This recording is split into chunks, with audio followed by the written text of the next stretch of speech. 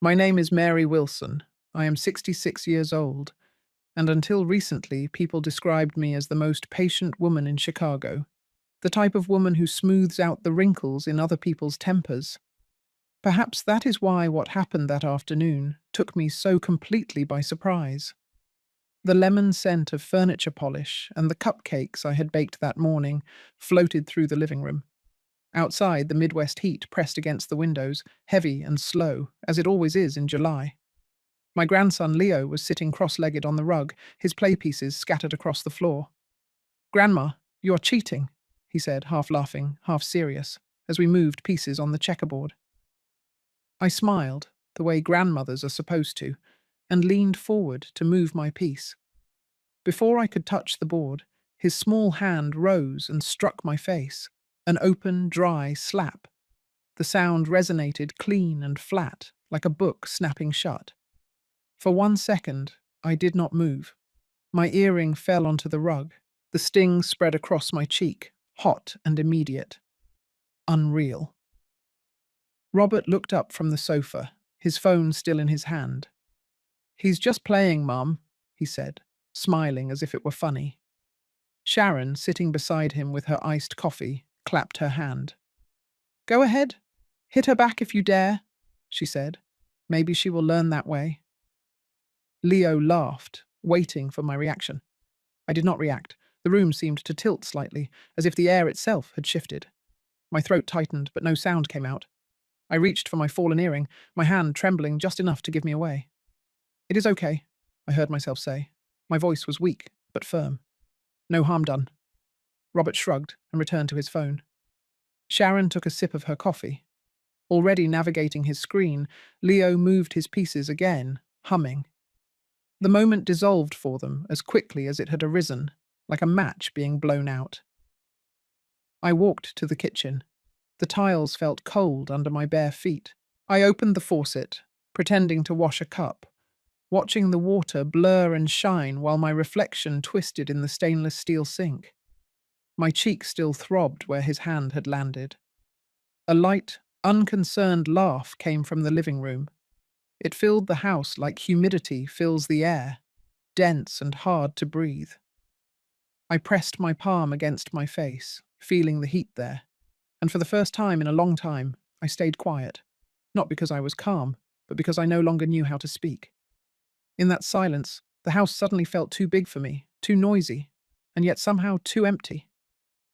The next morning, the sunlight spilled onto the kitchen tiles, dim and pale. I moved quietly, putting the coffee maker on the stove and folding yesterday's dish towel, smoothing its edges until they were perfect.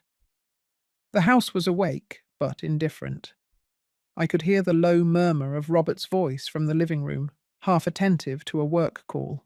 Sharon's laugh rose above it, that bright kind of laugh she used when talking to online friends. Leo was sitting at the table with a bowl of cereal in front of him, his finger tapping a tablet. He did not look up when I passed behind him. I waited for a good morning, but it did not come. The silence between us stretched, heavy and fragile. I began to wipe down the countertop, although it was already spotless. Cleaning had always been my way of ordering chaos, of feeling useful, but now the simple rhythm of the chores no longer felt like a comfort. It felt like erasing myself. My hands moved automatically, rinsing, stacking, while a small voice inside me whispered that I could disappear from this house, and maybe days would pass before they noticed. When I brought Leo a clean napkin, he nodded once without looking up. "Thanks," he mumbled. The word was small, almost mechanical, but I caught it and held it close. The way you hold something fragile that is already breaking. Robert passed through the kitchen, adjusting his tie, phone to his ear. "Mum, can you pick up the dry cleaning later?" he asked, without waiting for my answer. Sharon followed him, leaving a trail of perfume like a border I should not cross. When the door closed, the silence that remained was not peaceful. It was hollow. I stood there for a long time, surrounded by the faint hum of the refrigerator, the echo of voices fading down the driveway, and the lingering ache of a house that no longer felt like mine. The night settled over Chicago like a heavy blanket, bringing little relief from the day's heat. I was sitting on the patio, looking at the city lights in the distance. An occasional breeze from the lake was my only solace. From inside came the voices of Robert and Sharon, arguing about their weekend plans. Sharon wanted to go to Miami with her friends. Robert preferred a new restaurant on the waterfront where he could show off his business contacts. Neither of them mentioned that this would mean leaving Leo with me all weekend. Again, I ran a finger over the rim of the chamomile tea mug I had made for myself. It was already cold, forgotten, as I got lost in my thoughts. "Mary, have you seen my blue shirt?" Robert's voice startled me. He was at the patio door, his brow furrowed as he checked his phone. "I ironed it this morning. It is in your closet," I replied. "I do not see it," he said without looking up. "I left it right up front, hanging on the red hanger," I insisted. Robert sighed as if he were dealing with a child. "I already looked there. If you find it, let me know." Before I could answer, Sharon appeared behind him. "You have not found the shirt?" she asked. "Mom says she ironed it, but it is not where she says," he replied. Sharon looked at me and rolled her eyes. "I'm sure she put it somewhere else and forgot. She has been really spacey lately." They spoke about me as if I were not present, as if I were just another piece of furniture on the patio. I got up and went to Robert's bedroom. The shirt was exactly where I had said, hanging on the red hanger, right in the front of the closet. I took it and returned to the living room where they were now sitting, arguing about restaurants. "Here is your shirt," I said, holding out the garment. Robert barely glanced at it. "Oh, there it is. Thanks." Not a word of apology, no acknowledgement that I had been right, just an automatic thanks, as hollow as the one Leo had given me that morning. I went back to the patio and sat down, but the peace I had felt before was gone. In its place was a growing feeling of invisibility. When had this started? When had they stopped seeing me? Sharon's laugh sounded from inside, sharp and unconcerned, responding to some joke on her phone. That laugh, which used to seem cheerful, now sounded hollow, as if it were mocking my silence. Leo's slap now seemed a symbol of something larger, the way this whole family had been slapping me with their indifference for years. And I had allowed it with my silence. The following days passed in a kind of fog. I continued my routine, preparing breakfasts no one thanked me for, cleaning rooms no one noticed, being present in conversations where no one truly listened to me. But something had changed in me. I started to really observe, to observe the dynamics of this house that I had built with so much love. Robert arrived every afternoon and left his briefcase and keys by the door, expecting me to pick them up. He never asked about my day, but he expected me to listen to every detail of his. Sharon spent hours on the phone with her friends, but barely addressed 2 words to me in a row. And Leo? My dear grandson had learned from his parents to treat me like a maid, not his grandmother. One afternoon, while I was sorting clean laundry, I heard Sharon in the living room talking to a friend on the phone. "We are not selling yet. The house is worth more every year, and besides, it is free to live here. Mary takes care of everything." Her words hit me like stones. It is free to live here. As if my house, my work, my presence had no value. As if I were merely a convenient saving on their expenses. That night, while everyone was asleep, I went out to the small backyard where Joe, my late husband, had planted an apple tree decades ago. Now it was huge, its branches laden with fruit that no one but me picked. "What am I doing, Joe?" I whispered to the stars. "What has our home become?" There was no answer, just the soft rustle of the apple tree leaves in the night breeze. The next day, Sharon left Leo with me without warning. She had a hair appointment she could not miss. When I tried to explain that I had plans with my friend Doris to go to the farmer's market, she looked at me as if I had spoken Chinese. "But Mum, you know it is my beauty day. It always has been. Can you not go to the market another day?" "I mentioned it to you a week ago, Sharon," I said. "Well, I do not remember. Anyway, Leo will be fine with you. He would rather stay home than come with me. And just like that, without further discussion, she left. Leo did not seem bothered. He settled on the couch with his tablet and completely ignored me. I called Doris to apologize. "It is no big deal," she said. "Why do you not tell them you cannot? You have your own life, Mary." "They are my family," I replied, though the words sounded empty even to me. "And what are you to them?" Doris asked. I had no answer. That afternoon, while Leo was playing and I was preparing dinner, the doorbell rang. It was Anthony, our neighbour, a kind widower who lived 2 houses down. "Mary, I brought you some tomatoes from my garden," he said with a smile. "I know you always liked the organic ones for your sauces." I was surprised by the gesture. It had been so long since anyone had thought about what I liked or what mattered to me. "Thank you, Anthony. They are beautiful," I said, genuinely touched. "You are coming to the book club tomorrow. We are reading that book by Alice Walker that you loved so much." Before I could answer, Leo appeared beside me. "Grandma, I am hungry. When is dinner going to be ready?" Anthony looked at me with an expression I could not quite read. Pity? Comprehension? "Too bad. I will see you tomorrow, perhaps," I said, though I knew I probably would not go. Someone would need something from me. When I closed the door, I stood there, looking at the tomatoes in my hands. Perfect red, given with consideration. A small reminder that outside this house, a world existed where I was seen, where I was Mary, not just Grandma or Mum. "Who was that man?" Leo asked. "A friend," I replied. "A good friend." Leo shrugged, quickly losing interest, and returned to his tablet. But I stayed there with the tomatoes in my hands, feeling something fundamental changing inside me. Sometimes, when the house falls silent, memories come easier than sleep.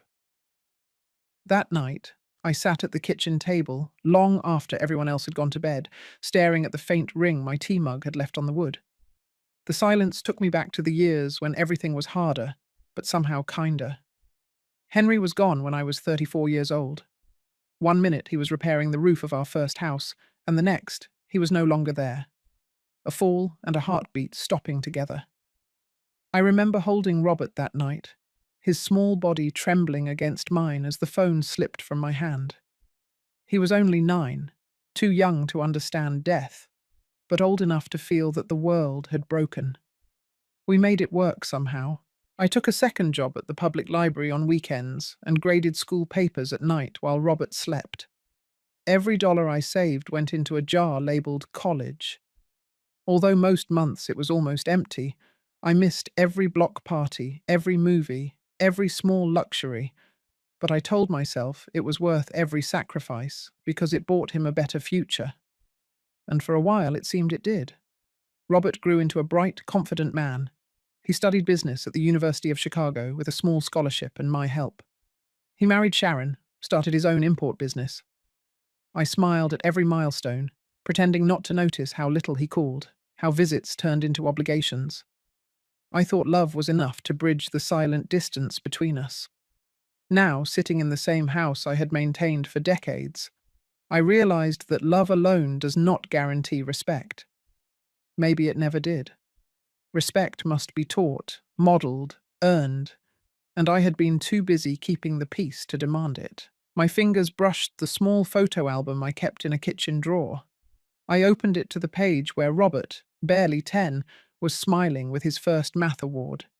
His eyes sparkled with pride as he looked up at me, seeking my approval. Where had that boy gone?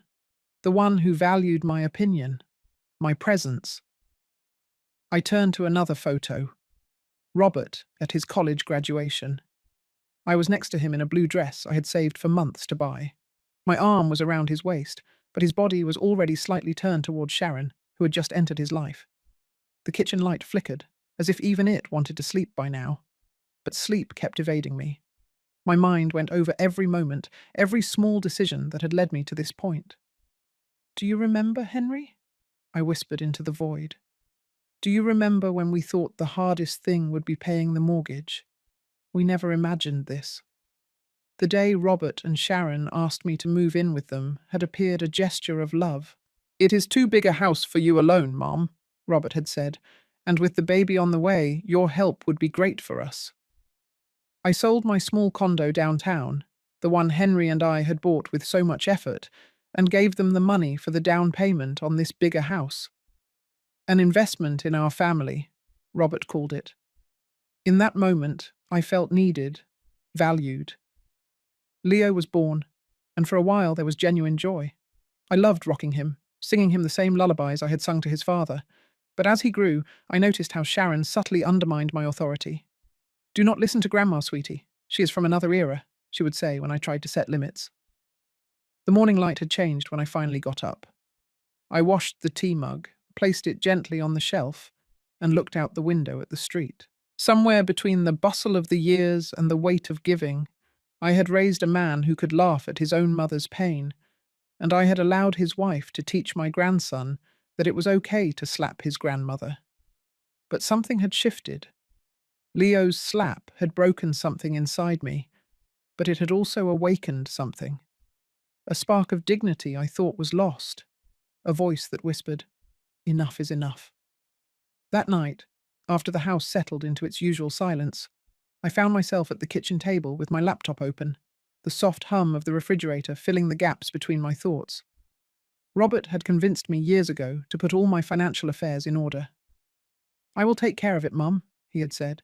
"It is better if everything is organized." At the time, it seemed like a gesture of love, a son looking out for his mother's future. Now I wondered what else was behind it. I opened my online bank account. I had not checked it in months, trusting Robert to let me know if anything required my attention. The screen lit up with numbers and transactions that seemed strangely unfamiliar. My eyes settled on a series of automatic transfers. St. Jude Academy, tuition, €3,000, about $3,200, every month, for 3 years. I froze, my fingers hovering over the keyboard. St. Jude Academy was the prestigious private school Leo attended, a school Sharon claimed they paid for with income from Robert's business. I calculated quickly. $3,000 a month for 3 years. $108,000, taken automatically from the account where Henry had left his life insurance, the account meant to sustain me in my old age. I kept exploring.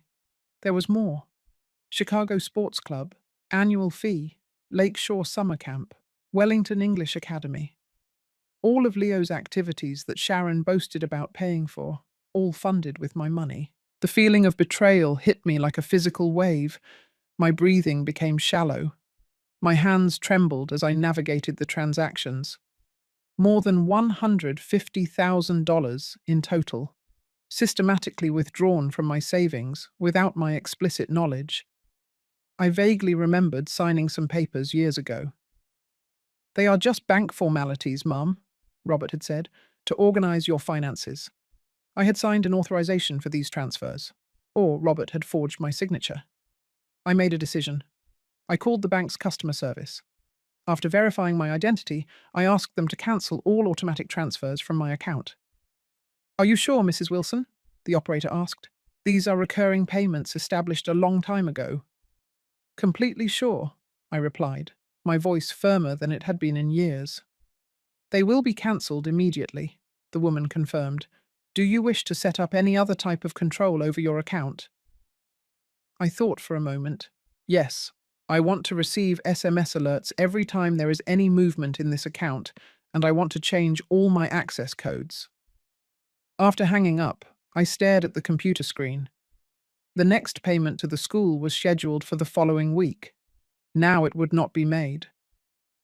I thought of the reaction Sharon would have when she received the notification from the school, of the look on Robert's face when he discovered his free money flow had been cut off. But more than vengeance, what I felt was a strange calm, a clarity I had not experienced in years. My hands, which had trembled with the initial surprise, were now steady as I closed the laptop. I got up and walked to the window. The lights of Chicago blinked in the distance. The city never slept, always moving, always changing, as I should have been doing. Dignity is not asked for, It is demanded, my mother used to say. How right she was. For years, I had confused unconditional love with unconditional acceptance of mistreatment. I had thought that giving without limits was generosity, when in reality, it was enabling abuse. I returned to the table and took a notebook from the drawer. With clear, firm handwriting, I began to make a list. 1. Consult with a lawyer about my rights in this house. 2. Open a new bank account solely in my name. 3. Research housing options for seniors. 4. Talk to Anthony about the book club. I looked at my list and added a final point. 5. Do not give explanations until I am asked for them. The house was dark, except for the warm glow of the kitchen light and the pale blue of my computer screen. Outside, the humid Chicago night pressed against the windows, the crickets singing their constant tune. I felt strangely light, as if I had dropped a weight that I had been carrying for so long that it had become a part of me. The decision was not a punishment, it was a reclamation. A declaration that my generosity was not a blank check for cruelty or apathy. I leaned back in the chair and let my hands rest on the table, warm and steady now, no longer trembling with frustration or silent rage. The confrontation would come soon, I knew, but for the first time in years, I did not fear it. I felt prepared, centered, resolved. In the silence of the Chicago night, while the rest of the house slept, unaware of the change that was approaching, the invisible woman was finally beginning to become visible. To myself, first. To them, very soon. A week had passed since my decision to cancel the automatic payments. Exactly 7 days where every sunrise woke me with a new feeling in my chest, one of determination. The calendar on the kitchen wall marked the days like a silent countdown. I knew the school notification would arrive soon. It was just a matter of time. That morning, I got up earlier than usual. The sun was just beginning to peek over the rooftops of Chicago, painting the sky with orange and pink streaks. Instead of immediately starting to prepare breakfast for everyone, as I had done for years, I poured myself a cup of coffee and went out to the small patio. "Good morning, Mary," Anthony called from his yard. He was watering his geraniums, already dressed for the day. "Good morning, Anthony," I replied, raising my mug to him. "It is a beautiful day. Are you coming to the book club today? We are finishing the novel by Toni Morrison." I considered it for a moment. Before, I would have automatically declined the invitation, knowing Sharon would expect me to pick up Leo from school, or Robert would urgently need a shirt ironed. "I think so," I said, surprising Anthony and myself. "I would love to." His smile lit up his face, creating small wrinkles around his kind eyes. "Wonderful. I will see you at 5 o'clock at the neighborhood library." When I went back inside, Sharon was in the kitchen, her brow furrowed as she looked at her phone. "Who are you talking to?" she asked without looking up. "To Anthony, our neighbor," I replied, starting to prepare the batter for the cupcakes Leo loved so much. "The old man who lives on the corner." Her tone was dismissive. "He is 68 years old, barely 2 more than me," I said with a calm that seemed to disconcert her. "And yes, he invited me to book club this afternoon." Sharon finally looked up from her phone. "Book club? But you have to pick up Leo today. I have a hair appointment." In the past, I would have conceded immediately. I would have cancelled my plans, absorbed her inconvenience as I always did. But today was different. "I cannot today, Sharon. I have plans," I said, keeping my voice soft but firm as I added vanilla to the batter. "Plans?" she repeated, as if the word were foreign. "What plans could a woman your age have that are more important than your grandson?" I felt the familiar sting of her words, the barely veiled contempt. But this time, instead of shrinking, I straightened up. "I have plans with friends. Can you ask Robert to pick up Leo or hire someone?" Sharon looked at me as if I had grown a second head. "Are you feeling okay? You are acting strange." "I am perfectly fine," I replied, pouring the batter into the molds. "I am just making plans with friends, like any other person does." After breakfast, I noticed small changes in my behavior that seemed to baffle my family. I did not pick up the clothes Robert left strewn in the bathroom. I did not offer to run an errand Sharon mentioned needing. I did not rush to attend to Leo when he called from his room asking for help finding a toy. Small assertions of independence, invisible to anyone outside this house, but seismic within it. Mid-morning, Robert called from his office. "Mum, can you bring me the blue folder I left on the table? I need it for a noon meeting." In the past, I would have dropped everything I was doing, taken a bus, and crossed the city to bring him what he needed. Today, my answer was different. "I am sorry, honey. I cannot today, but there are quick messenger services that can do it." The silence on the other end of the line was eloquent. "Are you angry about something, Mum?" he finally asked. "Not at all," I replied with sincerity. "I just have other commitments today." After hanging up, I stared at the phone. Robert had not asked what those commitments were. He had not shown interest in my plans. His concern was only for the inconvenience my refusal caused him. At 4:30, I dressed with more care than usual. I chose a light blue dress I had not worn in years, put on a little makeup, and wore the silver necklace Henry had given me for our 20th anniversary. As I was leaving the door, I ran into Sharon, who was returning from shopping. She looked me up and down. "Where are you going, all dressed up?" Her tone was half mockery, half genuine surprise.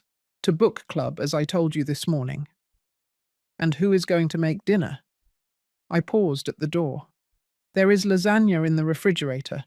You just need to heat it for 20 minutes at 350 degrees. Her mouth opened, but for once she found no words. I took advantage of her silence to leave, closing the door behind me with a feeling of freedom I had not experienced in years. The book club was revealing. For 2 hours, I was simply Mary, not the mother, not the grandmother, not the servant, just a woman with opinions about literature, politics, and life. Anthony introduced me to the others warmly, and I discovered that my thoughts were valued, my comments received with genuine interest. When I returned home, the kitchen was a mess. No one had heated the lasagna. Instead, there were leftovers from takeout. "Grandma is back," Leo announced when I walked in. He was in his pajamas, playing with his tablet on the couch, long past his usual bedtime. "We ordered pizza," Robert said from his armchair. "We did not know how the oven works." I could not help the ironic smile. A 41-year-old man with an MBA who runs his own company, incapable of following simple instructions to heat lasagna. "Did you have a good time?" I asked, leaving my purse on the coat rack. "We would have been better off if you had been here to take care of Leo," Sharon said, not bothering to look at me. "He is impossible when he has homework to do." "I will help him tomorrow," I replied, without accepting her implied guilt. "Now I am going to rest. Good night." I felt their eyes on my back as I went up the stairs. Confusion, annoyance, bewilderment. The invisible woman was beginning to become visible, and they did not know how to react. In my room, I sat down at the small vanity and took off my earrings. The face staring back at me in the mirror looked different, more alive. There was colour in my cheeks, a sparkle in my eyes that I had forgotten. "This is just the beginning," I whispered to my reflection. "The storm will arrive soon, but I am ready." The small backyard had been my secret refuge for years, and the only space in the house where I was rarely bothered. Sharon considered it too hot, Robert too boring, and Leo too devoid of technology to be interesting. That morning, a week after my visit to the book club, I went out early with my gardening gloves and a renewed sense of purpose. The apple tree Henry had planted was thriving, but the rest of the garden had been neglected due to my lack of time and energy. I began to pull the weeds that had grown between the patio tiles. Every invasive plant I ripped out seemed to symbolize an abuse I had tolerated, a lack of respect I had silently accepted. "Good morning, neighbor." Anthony's voice startled me. He was standing by the fence separating our yards, holding a pot with a plant I did not immediately recognize. "I brought you a jasmine cutting," he said, handing me the pot. "I thought it would look nice in this corner next to your apple tree." The smell at night is wonderful. I took the pot, touched by his thoughtfulness. Thank you, Anthony. That is a lovely gesture. I saw you working and thought perhaps you were renovating the garden. I am renovating a lot of things, I replied, surprising myself with the honesty of my words. Anthony smiled, his kind eyes crinkling at the corners. I am glad to hear that. It is always a good time for new beginnings. We talked for a while about plants and books. Anthony had been a literature professor before retiring, and his passion for Hemingway, Fitzgerald, and Walker was contagious. He recommended several titles and promised to lend me one the next time we met at the book club. I did not realize we were being watched until I heard the back door slam shut. Sharon had come out onto the patio and was looking at us with an expression I could not decipher. "Good morning," Anthony greeted cordially. Sharon barely nodded in his direction before turning to me. "Mary, I need you to go buy coffee. We are out." Her tone allowed no discussion. It was an order, not a request. "There is coffee in the pantry behind the cereals," I replied, returning to my plants. "I bought it yesterday." Sharon seemed momentarily disconcerted. "I did not see it." "Is it not there?" I insisted, without moving from my garden. Anthony, sensing the tension, politely excused himself. "I will leave you to your business. Mary, enjoy the jasmine." When he left, Sharon crossed her arms. "Since when are you and that old man such good friends?" "Anthony Corrigan has been my neighbour for years, and now he is also my friend from the book club." Sharon snorted. "Book club? Is that what they call it now?" I straightened up, putting the pruning shears aside. "What are you implying, Sharon?" "Nothing. Nothing," she said with false innocence. "Just that it is unusual to see you so dressed up to go see a friend." The insinuation hurt more than I expected, not just for what it implied about Anthony and me, but because it revealed how low Sharon's opinion of me was. "I am 66 years old, Sharon, not 106, I said calmly, "and even if I had something more than friendship with Anthony, it would be my business, not yours." Her eyes widened in surprise. Clearly, she did not expect this answer. "I am just saying you should be careful. People talk." "Let them talk," I replied, returning to my plants. I stopped caring what other people think a long time ago. Sharon went inside the house, but I knew this was not over. That afternoon, when Robert returned from work, I heard fragments of their conversation in the kitchen. Acting strange, that old Anthony. I think she is having some kind of crisis. Their voices dropped when I entered the kitchen. I looked at both of them while putting water to boil for my tea. "If you have something to tell me," I said calmly, "I would prefer you do it directly instead of whispering behind my back." Robert had the decency to look ashamed. Sharon, not so much. "We are worried about you, that is all," Robert said. "You have been acting different." "Different how?" I asked, genuinely curious about how they interpreted my small acts of independence. "Distracted," Sharon said. "Forgetful.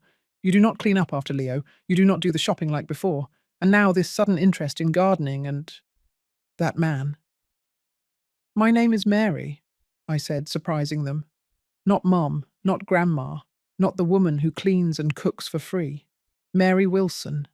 I have my own interests, my own friends, and a life I have neglected for too long to cater to the needs of this house." The silence that followed was profound. Sharon and Robert exchanged glances, as if confirming their suspicions that something was very wrong with me. "Is this because of Leo?" Robert finally asked. "Because of the slap the other day, Mum. I told you he was just playing." I felt a pang of renewed pain.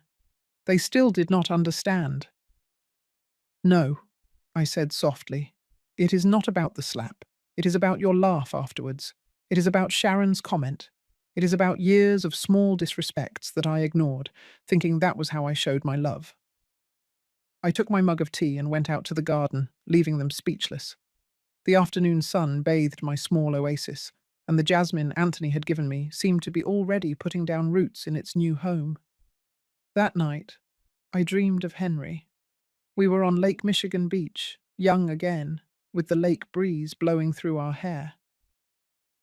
Dance with me, Mary, he said, extending his hand to me. And we danced barefoot on the sand, not caring who might see us. I woke up with tears in my eyes, but a smile on my lips. I had forgotten that feeling of carefree freedom, of pure joy. I got up, and instead of going directly to the kitchen, as I always did, I opened the old trunk I kept in the back of my closet. Inside were the treasures of my former life, photographs, letters, and the small portable record player Henry had given me for our 5th wedding anniversary. Carefully, I took out a vinyl record protected in its sleeve, B.B. King. I placed it on the turntable, and keeping the volume low so as not to wake the others, I let the blues guitar notes fill my room. I moved slowly to the rhythm of the music, closing my eyes, remembering how Henry and I used to dance in our small living room after Robert was asleep. Life is meant to be lived, Mary, he used to tell me, not endured. When had I forgotten that? At what point had I stopped living my life to simply exist in others' lives? Mid-morning, I made an impulsive decision. Instead of preparing lunch for when everyone returned, I went out for a walk. I walked to the old downtown neighborhood, with its narrow streets and colorful buildings. I stopped at a small bookstore I had not visited in years. "Welcome," the clerk, a young woman with red glasses, greeted me. "Looking for anything in particular?" "Something that makes me feel alive," I replied without thinking. The woman smiled. "I have just what you need." I left with a copy of The Color Purple, a book I had loved in my youth but had never reread. I also bought a blue-covered notebook and an elegant pen. At a nearby cafe, I ordered a latte and a piece of almond cake. I sat by the window, opened my new notebook, and started writing. Things I love and had forgotten. The list grew. Blues music, Alice Walker's books, the taste of fresh coffee, the scent of jasmine at dusk, the feeling of sand between my toes. Conversations about ideas, and not just household chores. I was so engrossed in my writing that I did not notice the passage of time. When I looked at the clock, it was 3 o'clock in the afternoon. Leo would be back from school. Robert and Sharon would be wondering where their lunch was.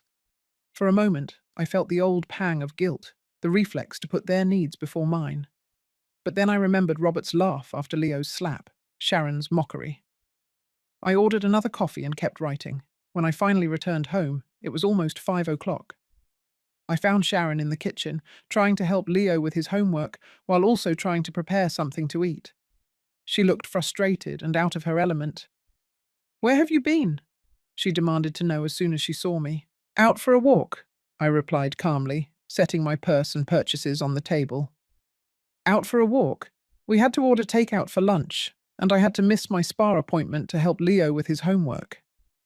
I felt a moment of satisfaction watching her deal with the responsibilities I usually took on without complaint. "I am sorry," I said, though I did not really mean it. "I should have let you know I would not be back for lunch." "Should you?" she repeated incredulously. "It is your obligation to be here. What kind of grandmother abandons her grandson like that?" Leo looked up from his notebooks, his eyes moving between us. "I have not abandoned anyone, Sharon," I said, keeping my voice calm for Leo.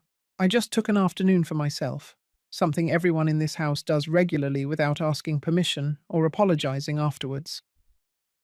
Sharon seemed about to reply when Robert entered the kitchen. "What is going on? I can hear you from the entrance." "Your mother has decided she no longer needs to fulfill her responsibilities," Sharon said. "She went out all day without warning, without leaving food prepared, without picking up Leo." "Technically," I interjected, "picking up Leo has never been my responsibility. It is yours. I have done it as a favor, not an obligation." Robert looked at me as if he did not recognize me. "Mum, what is happening to you? First the book club, then that man in the garden, and now this." "What is happening to me," I said, "is that I am finally remembering who I am, not just your mother or grandmother or cook or unpaid employee. I am Mary Wilson, and I have a right to my own time and my own interests." An awkward silence filled the kitchen. Leo watched everything with wide eyes. "Why do we not talk somewhere else?" Robert suggested. giving a meaningful look towards Leo. "There is nothing to talk about privately," I replied. "I am not sick, I am not senile, and I am not having a crisis. I am just remembering how to live."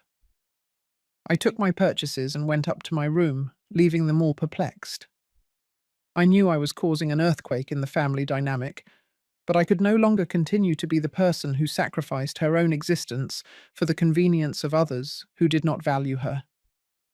That night, I opened my blue notebook again and reread my list of 3 priorities. The first was the most important: to regain my financial independence. I had been naive to allow Robert to handle my finances. It was time to take control.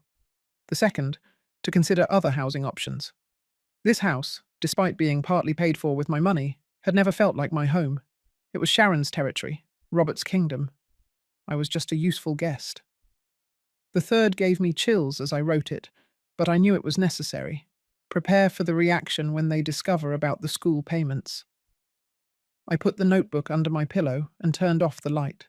In the darkness, I could feel my old self fading away, giving way to a Mary who had been dormant for too long. The tension in the house was palpable. Over the following days, Sharon barely spoke to me, communicating through written notes or via Robert. "Tell your mother we need more milk," she would say to Robert, even if I was in the same room. Robert fluctuated between contained rage, clumsy attempts at manipulation, and moments of genuine confusion. "Mum, can we talk about what is happening?" he would occasionally try. "I am discovering who I am beyond this house," I would reply. "There is nothing to worry about." Leo was the one who adapted best to the changes.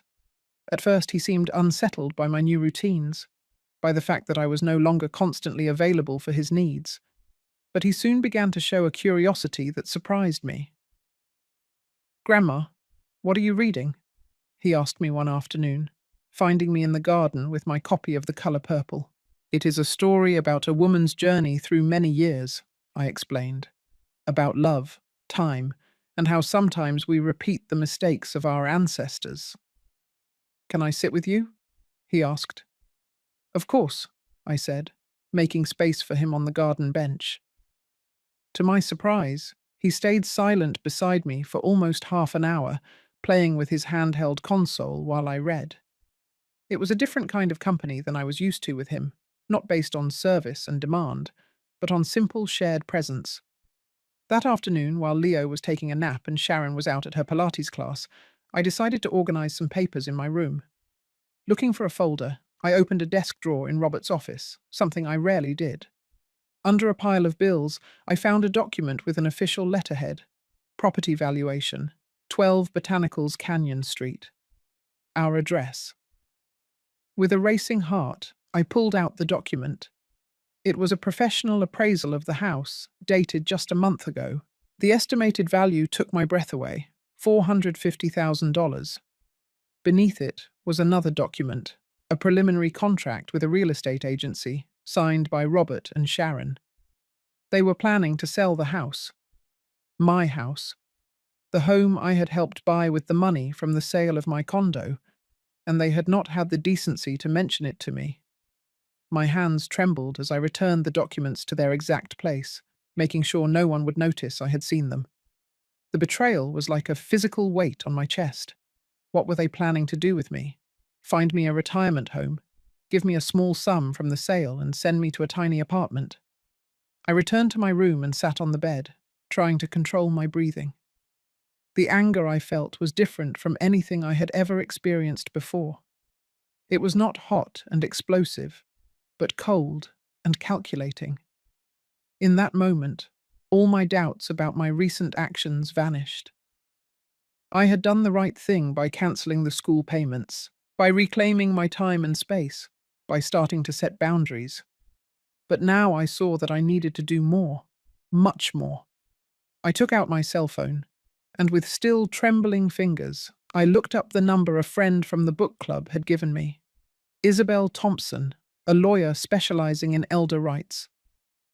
"I need an urgent consultation," I told her when she answered. "It is about my rights in a family property." We agreed on an appointment for the next day. Then I called my bank and scheduled a visit. It was time to find out exactly how much was left of my savings and what my options were. As I closed my blue notebook, I heard the front door open and close. Sharon had returned from her class. Her voice and Robert's mixed downstairs. We cannot wait much longer. The real estate market is at its best. We have to decide what to do with her.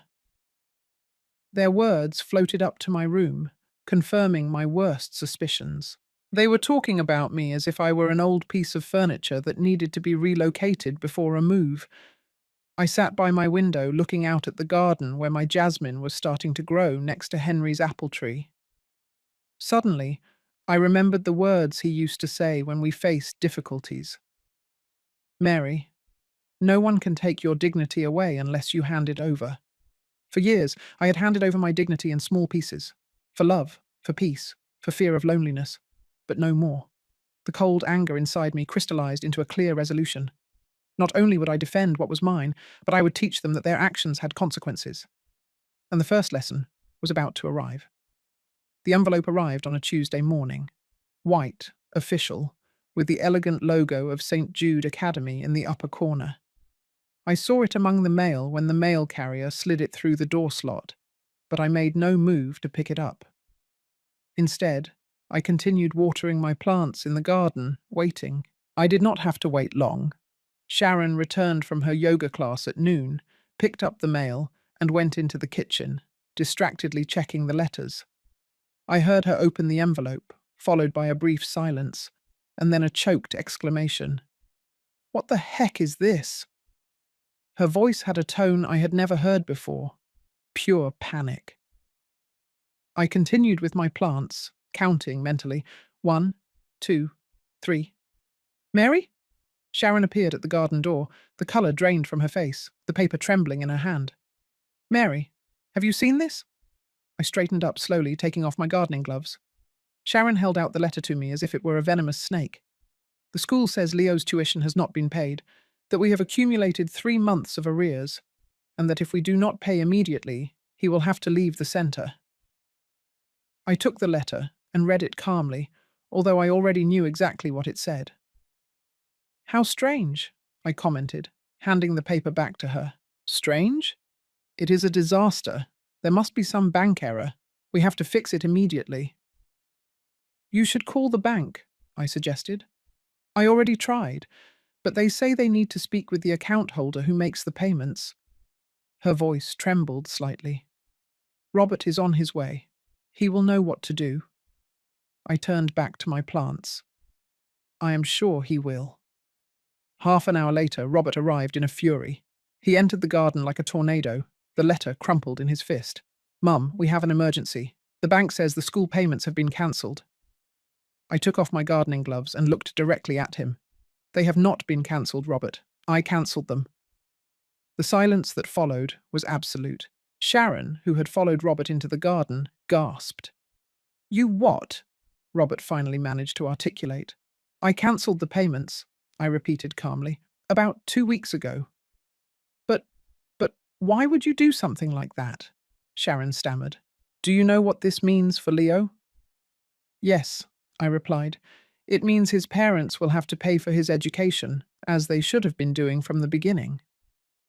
Robert looked genuinely confused. "What are you talking about, Mom? We have always paid for Leo's education." "No," I said firmly. "I have paid for it. For 3 years, you have been taking $3,000 monthly from my account for Leo's school, plus another $1,500 a month for his extracurricular activities, summer camps, and tutoring." The colour drained from Robert's face. Sharon clung to the doorframe. That is not," Robert began. "True," I finished for him. "Come on, honey. Do not insult my intelligence on top of my generosity. I have seen the bank statements. Everything is documented." "It was an agreement," he finally said, his voice firmer. "We agreed you would help with Leo's expenses in exchange for living here." "I never agreed to any such thing," I responded. "You asked me to sign some papers to organize my finances. You never mentioned that you would be emptying my savings to pay for an elite school you could not afford." Sharon stepped forward, her face now red. "How dare you? After everything we have done for you." "Everything you have done for me?" I repeated incredulously. Do you mean allowing me to live in a house I helped buy, letting me cook, clean, iron, and take care of Leo for free, treating me like a servant instead of a member of this family? That is not fair, Robert protested. We love you. You are part of this family. A family does not laugh when a child slaps his grandmother, I replied, my voice firm but soft. A family does not plan to sell the house without consulting the person who helped buy it. Robert turned even paler. How do you know? I know many things, I interrupted, including how much my respect is worth.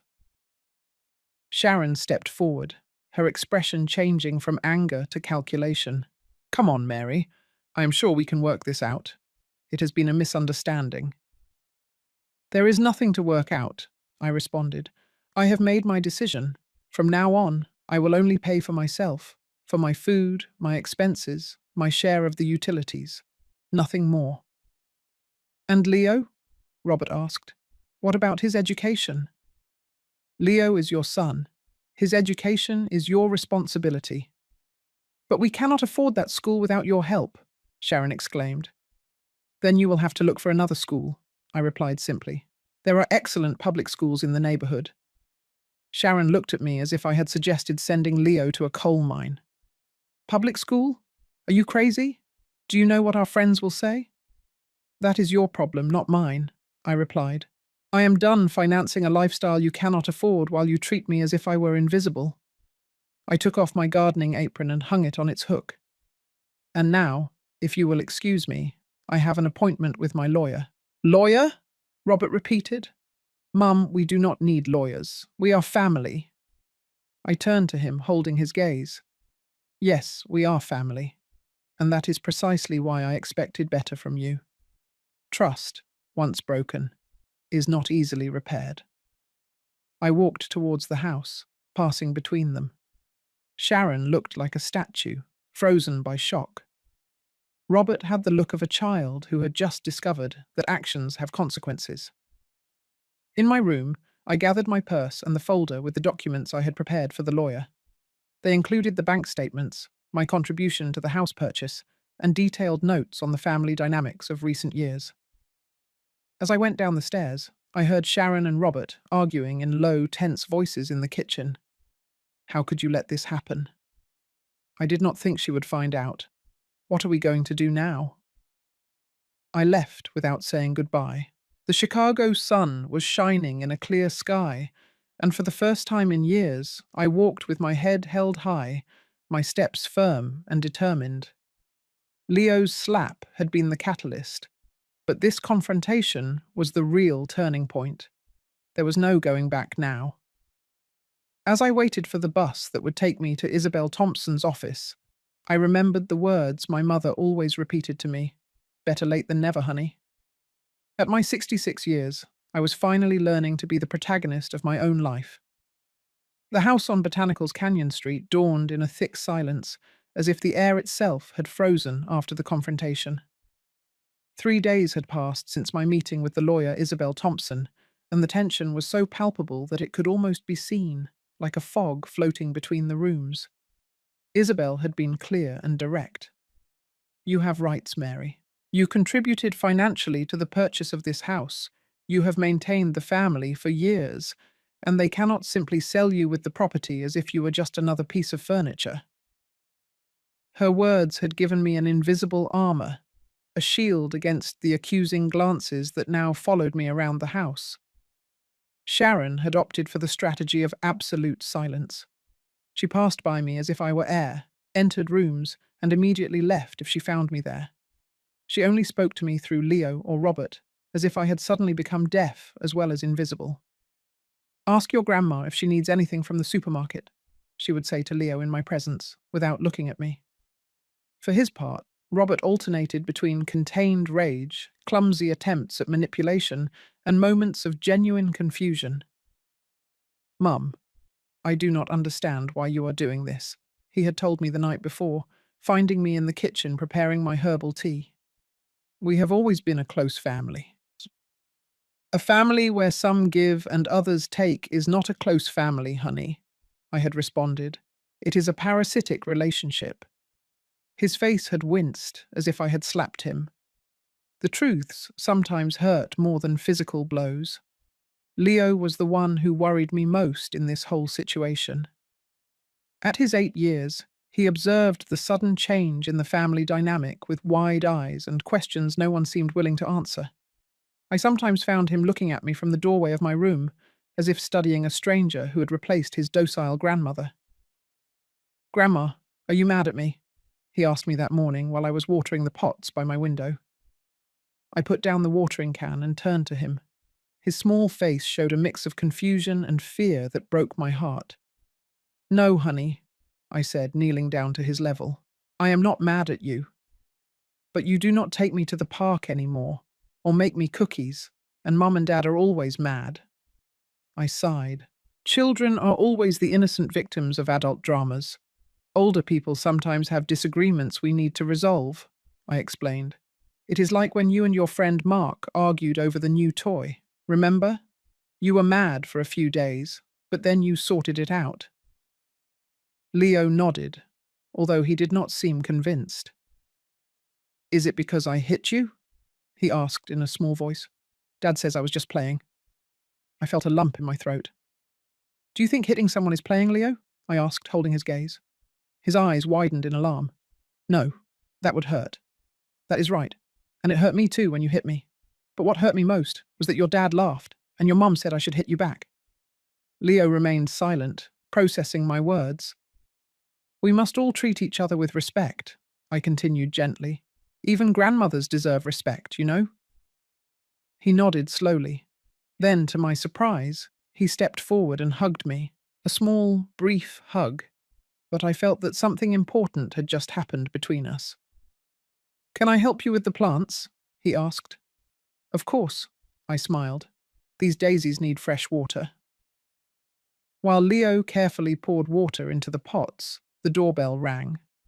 From my room, I heard Sharon open it. "Good morning," a man's voice, which I immediately recognized, said. "I am looking for Mary, and you are—" Sharon's tone was cold and cutting. "Anthony Fuller, your neighbor." "Wait here," Sharon replied curtly. A few moments later, Sharon appeared at my bedroom door, her expression tense. "Your friend is downstairs." "Thank you, Sharon," I responded calmly. "Leo, keep watering the plants. I will be right back." I went downstairs to find Anthony in the hallway, visibly uncomfortable under Sharon's scrutinizing gaze. She had returned to her chores, but was clearly watching us. "Good morning, Anthony," I greeted him. "What brings you here?" His face lit up when he saw me. "Good morning, Mary. I came to invite you. The reading group has organized a trip for this Saturday to Cape Cod. The bus leaves at 8 o'clock in the morning and returns at night. We will visit the old lighthouse and tour the historic district. I thought you would like to come." I felt Sharon's gaze burning into my neck. "That sounds wonderful," I replied. "I would love to go." "Perfect," Anthony smiled. "I will pick you up at 7:30 if that is all right." "We had better meet at the bus stop," I suggested, aware of the tense atmosphere. "That way you do not have to go out of your way." Anthony seemed to understand. "Whatever you prefer. Until Saturday, then." Until Saturday. When I closed the door after him, Sharon wasted no time. "Now you are going on a trip with your boyfriend?" she asked, with a mixture of mockery and disbelief. "Anthony is not my boyfriend," I replied calmly. "He is my friend. And yes, I am going on a trip with him and 15 other people from the book club." "Right, just when Leo needs you most," she said, shaking her head. "Leo is perfectly fine," I replied. "And if you and Robert need help with him on Saturday, you can always pay a babysitter. Or, surprise, you can do what parents are expected to do, take care of your own child." I turned and went up the stairs before she could reply. Back in my room, I found Leo kneeling next to my plants with spilled water on the floor and an expression of panic. "I am sorry, Grandma. I dropped the watering can. A few weeks ago, I would have rushed to clean up the mess, perhaps with a sigh of exasperation, but without further comment. Today, I saw an opportunity. 'It is no big deal,' I said. 'Let us clean it up together. I will show you how.' And so we spent the next half hour, grandmother and grandson, cleaning together, talking about plants and about how things that break can sometimes be fixed. Or sometimes, you just have to let them go and start something new. That night, while the house slept, I opened my blue notebook under the light of my bedside lamp. Today, I said no, I wrote. And I also said yes, and both decisions have made me feel more alive than in years. St. Jude Academy sent a second notice. This time it was not a simple letter, but an official communication. Leo Wilson Fuller was suspended from attendance until the payment of the 3 months owed, plus the late penalty, was regularized. The news dropped like a bomb in the house. Sharon went from ignoring me to giving me murderous looks every time we crossed paths. Robert, on the other hand, seemed to have moved to a negotiation phase. "Mum," he approached me one afternoon while I was reading in the garden. "We have been thinking. If the problem is that you feel undervalued in this house, we can change that. Sharon can take care of more household chores. I can spend more time with you on weekends." I looked at him over my reading glasses. "And what about the money, Robert? The more than $150,000 you have taken from my account without my informed consent?" He ran a hand through his hair, a gesture he always made when he felt cornered. "Well, that is complicated right now. The business is not doing as well as it seems. We have investments that are not yet yielding fruit, loans to pay." "Then you have a problem," I replied, returning to my book, "one that is not my responsibility to solve. Are you really going to let your grandson suffer for this?" His tone was between pleading and accusatory. "Do you not care about his education?" "What?" I closed the book calmly. "I care very much about Leo's education. And I also care about him learning values. What do you think you are teaching him when you show him that it is okay to cheat his grandmother? That it is okay to live above your means at the expense of others? That it is okay to laugh when someone slaps an older woman?" Robert had no answer for that. The next day, a Friday, Leo did not go to school. I heard Sharon explain that he was on a special vacation while they prepared his new school. The lie was well-intentioned, but inadequate. Leo was not stupid. "Why do I have to change schools, Mum?" I heard him ask. "Did I do something wrong?" "No, honey," Sharon replied, her voice strained. "It is just that sometimes families have to adjust to new circumstances." Later that same day, I saw Robert leave with a folder of documents. He returned hours later with a defeated expression. "Is it done?" he said to Sharon in the kitchen, unaware that I was listening from the hallway. "I have enrolled him at Lincoln Public School. He starts Monday." "A public school?" Sharon's voice was almost a shriek. "Do you know what my friends will say, my sisters? Leo's whole family has gone to private schools for generations." "And what do you want me to do, Sharon?" Robert burst out. "Conjure money out of thin air? Your lifestyle led us to this.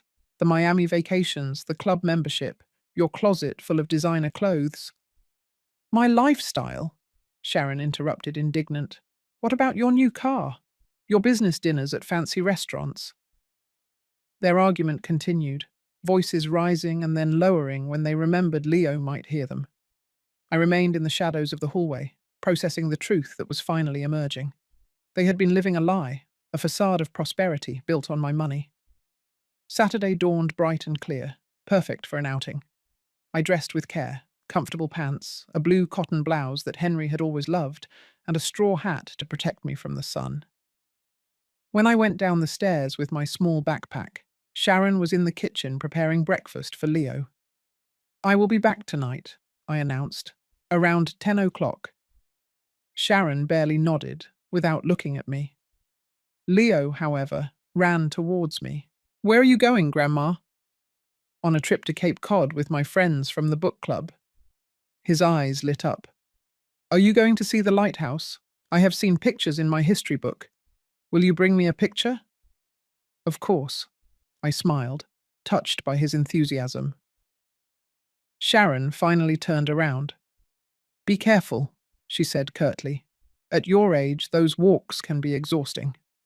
"At my age," I replied with a serene smile, "I know exactly what I am capable of. Have a good day." The trip was like a breath of fresh air, literally and metaphorically. The book club group turned out to be a charming mix of people, from retirees like Anthony and me to college students passionate about history. We walked through the cobblestone streets of Cape Cod, admired the views of the Atlantic from the top of the lighthouse, and ate at a small restaurant where the lobster roll was to die for. "You look different, Mary," Anthony commented as we shared a dessert. "More radiant." "I feel different," I admitted, as if I had been asleep for years and were finally waking up. It is a wonderful feeling, is it not, rediscovering yourself after so much time? I nodded, understanding that Anthony had also gone through his own journey of rediscovery after becoming a widower. "Do you know what is strangest?" I reflected. "For years, I thought sacrificing myself for my family was a sign of love. Now I realize that in a way, I was doing them a disservice. I was teaching them that my time, my energy, and my resources had no value, that I had no value." "Self-respect is the most important gift we can give to those we love," Anthony said. "It shows them how they should treat us, but also how they should treat themselves." When I returned home that night, my heart full of new experiences and friendships, I found Leo waiting for me in the living room, fighting sleep. "Grandma, did you bring me the picture?" I smiled and took out my phone. "Even better. I have lots of photos. And this." I handed him a small wooden knight I had bought at the souvenir shop. His eyes lit up. "Thank you, Grandma." "You are welcome, honey. Now, should you not be in bed?" "I wanted to wait for you." He yawned. "No one knew when you would be back." I looked around. "Where are your parents?" "Dad is in his office working. Mum went out with her friends. She said she needed to clear her head." Typical. They were concerned about me, but not enough to cancel their own plans. "Come on, I will take you to bed." As I tucked Leo in, I realized something important.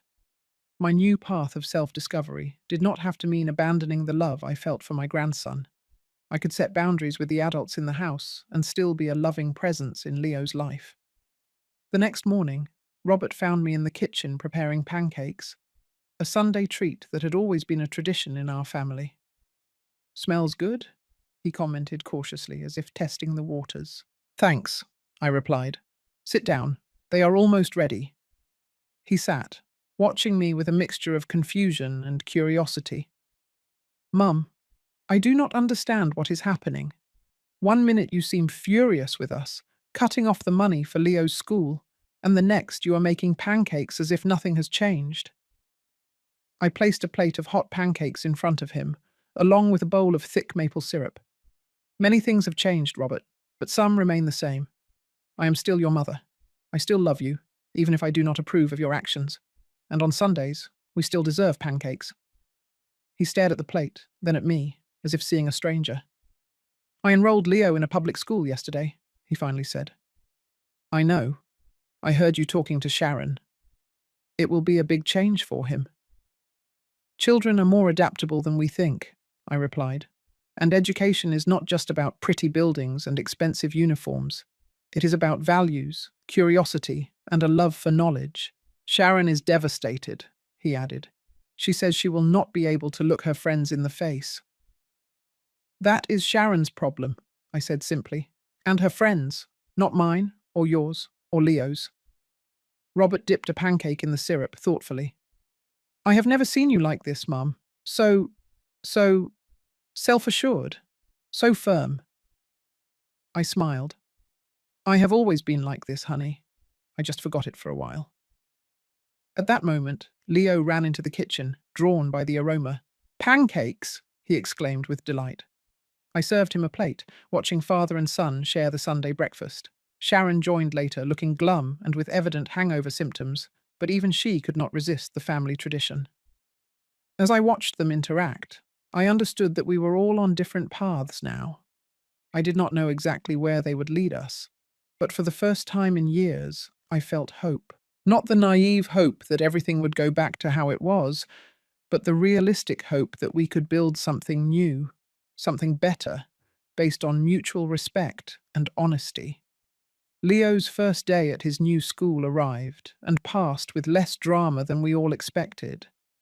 Sharon, who had threatened not to be able to bear the humiliation, finally mustered the courage and accompanied him to the door, hiding behind large sunglasses as if afraid of being recognized. To everyone's surprise, Leo returned enthusiastic. "Grandma, there are kids from everywhere in my class. There is a kid from China and a girl who speaks French, and another who knows incredible magic tricks," he exclaimed, dropping his backpack on the kitchen floor. "It sounds like you had a good first day," I smiled, genuinely relieved. "The best. And the teacher, Miss Lucy, is super cool. She says we are going to do a project on the different cultures in the class." Sharon, listening from the doorway, seemed baffled by her son's enthusiasm. "And the facilities?" she asked cautiously. "The classroom is clean." Leo looked at her in confusion. "Yeah, Mum, everything is clean. And they have a huge library, much bigger than St. Jude's, and a playground with real trees, not just concrete." Sharon's expression was priceless, a mixture of relief and bewilderment, as if the world she had feared so much turned out to be completely different from her expectations. The following days brought a new routine to the house. Robert left early, earlier than before, clearly avoiding confrontation. Sharon alternated between outings with friends, notably less frequent than before, and long periods locked in her room, supposedly working on her fashion blog, although I suspected she was more likely dealing with her new social reality. Leo, however, was thriving. Every day he returned with new stories, new drawings, new enthusiasms. One afternoon, while I was watering my jasmine in the garden, I found him sitting on the stone bench, concentrated on a drawing pad. "What are you drawing, honey?" I asked, sitting beside him. He quickly covered his work with his hands. "It is a surprise. You cannot look until it is finished." "Okay," I smiled, respecting his space. "I will be in the kitchen when you are ready to show me." Half an hour later, Leo entered the kitchen, holding his drawing to his chest. His expression was solemn, almost nervous. "Are you ready to see my drawing, Grandma?" "Of course," I replied, drying my hands on my apron. With slow, deliberate movements, he handed me the sheet of paper. On it, with bright crayon strokes, he had drawn two figures holding hands under a radiant yellow sun. One was clearly him, with his characteristic messy hair. The other was me, recognizable by my blue dress and garden hat. Between us was a red heart, and at the top, in uneven child's letters, he had written, "I am sorry, Grandma." I felt my heart simultaneously expand and contract. "It is beautiful, Leo," I said, fighting back the tears that threatened to overflow my eyes. "Miss Lucy talked to us today about respect," he said, his voice small but clear. "She said all people deserve to be treated with dignity, no matter if they are young or old, men or women, from here or another country." I nodded, unable to speak because of the lump in my throat. "And then she asked us if we had ever disrespected anyone," he continued, "and I remembered when I hit you, Grandma, and how Dad laughed, and how Mum said those ugly things. And I felt really bad." I put the drawing on the table and knelt in front of him, taking his small hands in mine. "You know what, Leo? That is the bravest thing I have heard in a long time. Acknowledging our mistakes takes more courage than pretending they never happened. So you forgive me?" His eyes were big and anxious. "I forgive you completely," I replied, hugging him tightly, "and I am very, very proud of you." What neither of us had noticed was that Robert was in the kitchen doorway watching the whole scene. When I finally became aware of his presence, I saw something on his face that I had not seen in years: vulnerability, and perhaps shame. Our eyes met over Leo's head, and in that brief moment of silent connection, I saw the recognition in his eyes. The recognition that his 8-year-old son had just shown more emotional maturity than he had. Without saying a word, he turned and disappeared down the hallway. But something had changed. I felt it as clearly as I felt Leo's small body in my arms, trembling slightly with the emotion of reconciliation. That night, I placed Leo's drawing on my bedside table, framed in an old silver picture frame. It was more than a child's drawing. It was a bridge of colour stretched over the abyss of misunderstandings and disrespect that had divided our family, and for the first time, I glimpsed the possibility that we could all cross it. The change began subtly, almost imperceptibly at first. One morning, Robert picked up his coffee mug and took it to the sink, instead of leaving it on the table for me to collect. One afternoon, Sharon offered to make dinner, although her idea of cooking consisted of heating up pre-made food. Small, clumsy gestures. Attempts at, what? Reconciliation? Remorse? Or simply the pragmatic acceptance that things had changed? A week after the drawing incident, Robert approached me while I was folding laundry in the living room. "Mum, I was wondering if we could talk," he said, his voice unusually hesitant. "Of course," I replied, placing the last t-shirt on the pile. "What is it about?" "Not here," he said, looking towards the staircase where Sharon could appear at any moment. "I have made a reservation at the local catch for tonight. Just us." The local catch was the restaurant where we used to celebrate special occasions when Robert was a child. The place where we celebrated his graduation, his first job, his engagement to Sharon. The fact that he chose that place for our conversation did not go unnoticed. "All right," I accepted. "What time?" "At 8 o'clock. I will pick you up." That night, I dressed with care, not to impress, but to arm myself. A navy blue dress, the pearl necklace Henry had given me for our silver anniversary, the soft perfume I reserved for special occasions, my emotional armor. Robert was punctual, something rare for him lately.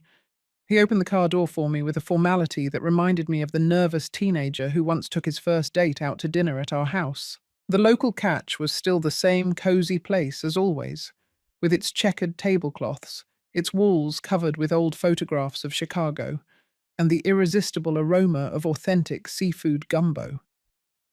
We sat at a corner table, away from the central bustle. After ordering, Robert fiddled with his napkin, clearly searching for how to begin. "Mum, there is something I need to confess," he finally said. "I am listening," I replied, keeping my voice neutral. He took a deep breath. "We are broke." It was not what I expected to hear. "Broke? What do you mean?" "My business is not doing well. It has not been doing well for years, actually," he admitted, avoiding my gaze. "Asian imports plummeted during the pandemic, and we never fully recovered. I have been keeping up appearances, pretending everything was fine, taking out loans to cover other loans, and using my money," I added softly. He nodded, his face flushed with shame.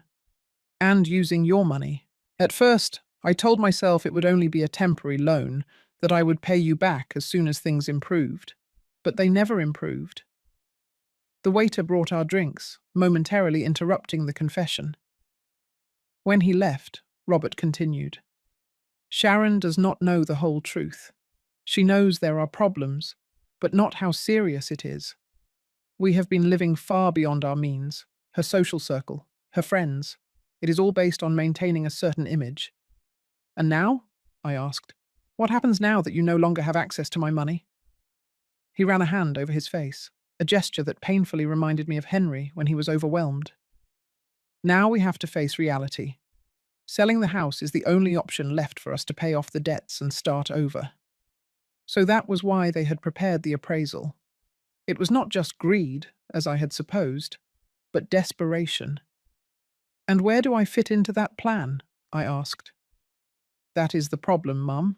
I do not know," he admitted. "Before all this, we thought of offering you a portion of the sale money so you could find a small apartment, or maybe a retirement community, one of those with activities and medical care." "A retirement community," I repeated, feeling a chill run down my spine. At my 66 years, in perfect physical and mental health, as if I were a burden to be gotten rid of. "We did not frame it like that," he hurried to say. "We thought it would be best for everyone, that you would be more comfortable with people your own age." "Did it ever occur to you to ask me what I wanted?" I interrupted. "Did you ever see me as a person with my own desires, or just as a convenient asset that financed your lifestyle and took care of your son for free?" He lowered his gaze to his untouched plate. "I am sorry, Mum. I really am sorry. I have been selfish, blind, and a bad son." The waiter arrived with our gumbo plates, the delicious aroma rising in spirals of steam. Neither of us made a move to start eating. "What are you going to do now?" I finally asked. "I do not know," he admitted. "We will probably have to sell the house anyway, move to something much smaller, completely change our lives. Sharon will have to find a job. We can no longer afford for her to be a full-time influencer with no real income." "And Leo?" Curiously, a small smile appeared on Robert's face. "He seems to be the only one handling the changes well. He loves his new school. He says the kids are more real there." I finally picked up my fork and tasted the gumbo. It was delicious, as always, the flavour of the seafood momentarily transporting me to simpler times. "Robert," I said after a few moments of silence, "I cannot say I completely forgive you. What you did, using my money without my real consent, was not just a lack of respect. It was a breach of trust." He nodded, accepting my words without defending himself. "But you are my son, and despite everything, I love you," I continued. "I cannot fix your financial problems, nor should I. But perhaps we can find a solution that works for everyone." "What kind of solution?" he asked, a glimmer of hope illuminating his tired eyes. "I do not know yet," I replied honestly. "But what I do know is that any solution must be based on mutual respect, on treating each other as equal adults, not as a sacrificing mother and an entitled son." "That is fair," he said softly. "And there is another condition," I added. "I need you to be completely honest with Sharon about the financial situation. No more secrets, no more pretense. If we are going to rebuild this family, it must be on a foundation of truth." Robert turned pale at the mention of total honesty with Sharon, but finally nodded. "I will do it," he promised. "Tonight." We finished our dinner talking about lighter topics. Leo's progress in school, my new friendships in the book club, shared memories of happier times. It was not a complete reconciliation, but it was a start. A small bridge extended over the abyss, following Leo's example. When we returned home, Sharon was waiting for us in the living room, her expression a mixture of curiosity and suspicion. "Can I talk to you privately?" Robert asked her. I saw her tense up, as if preparing for a battle, but she nodded and followed him into the office, closing the door behind them. I retired to my room, but even through the walls, I could hear fragments of their conversation. Robert's voice, low and constant, Sharon's rising in disbelief, then anger, finally breaking into sobs. It was the sound of truth emerging, painful but necessary. That night, I wrote in my blue notebook, "Honesty is like surgery. It hurts, but it heals." A month passed, then two. The Chicago summer reached its peak, bathing the city in a golden heat that seemed to slide like honey over the streets and buildings. In our garden, the jasmine Anthony had given me bloomed exuberantly, intertwining with the branches of Henry's apple tree in a living metaphor of new beginnings rooted in cherished memories. The changes in the house on Botanical's Canyon Street were not just visible, but tangible. They could be felt in the air, in the way the inhabitants moved and communicated. Sharon had found work as an assistant in a downtown boutique.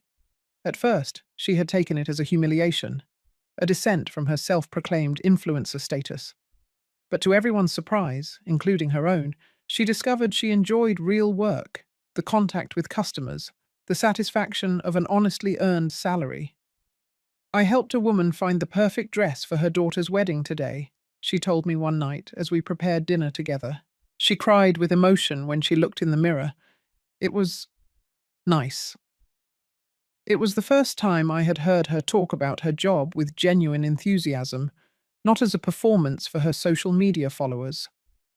Robert had liquidated his import company and found employment with a logistics company.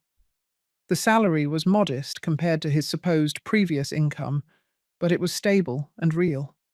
Every night he reviewed bills and budgets at the kitchen table, slowly building a plan to get out of the debts he had accumulated. "It will take years," he had confessed to me, "but for the first time, I feel like I am doing the right thing." The house was still for sale, but the real estate market had entered a slowdown phase, giving us an unexpected reprieve. Time to plan the future more carefully. Leo, for his part, was unrecognizable. The spoiled, slightly arrogant child had given way to a curious and considerate boy. His new school, with its diversity of students and its focus on values like respect and empathy, was having a profound effect on him. Every night, without fail, he came to my room with a book. "Can we read together, Grandma?" he would ask, and we would spend half an hour sharing adventures, learning, and laughter. As for me, my life had blossomed in ways I never would have imagined just a few months ago. My friendship with Anthony had deepened, although it remained in the territory of friendship, despite Sharon's speculations. The book club had become the highlight of my week, and I had added a painting workshop to my activities. The lawyer Isabel Thompson had helped me reorganize my financial affairs.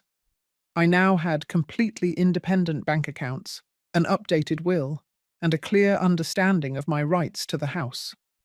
One late August afternoon, while we were all enjoying lemonade in the garden, Robert cleared his throat, gaining our attention. "I have news," he announced. "Good news, I think." Sharon, Leo, and I looked at him expectantly. "I spoke with the bank. They are willing to refinance our debt on more favorable terms, which means we might not have to sell the house after all." Sharon let out a small cry of joy. Leo applauded. "But," Robert continued, "we would have to make some changes, live more modestly, and we would need to rent out a part of the house to generate additional income." "Rent out?" Sharon repeated. "Do you mean having strange tenants living with us?" "Not exactly," Robert said, looking at me. "I was thinking more about converting the ground floor into an independent apartment for Mum." All eyes turned to me. "Your own apartment," Robert continued, "with a separate entrance, kitchen, everything you need. You would pay a fair rent, much less than a similar apartment would cost on the market. You would have your independence, but we would still be family. And Leo could still see you daily."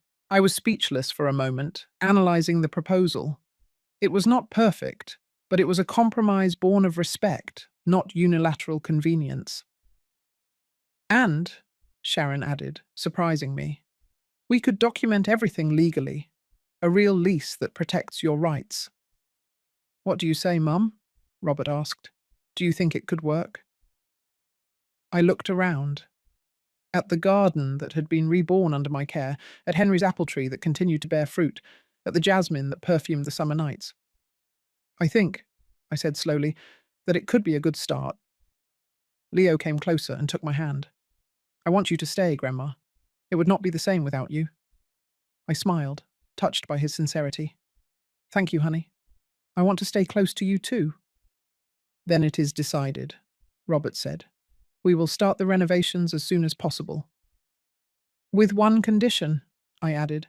"I want to participate in the design, and I want a door that leads directly to the garden." "Of course," Robert agreed. "It is your space."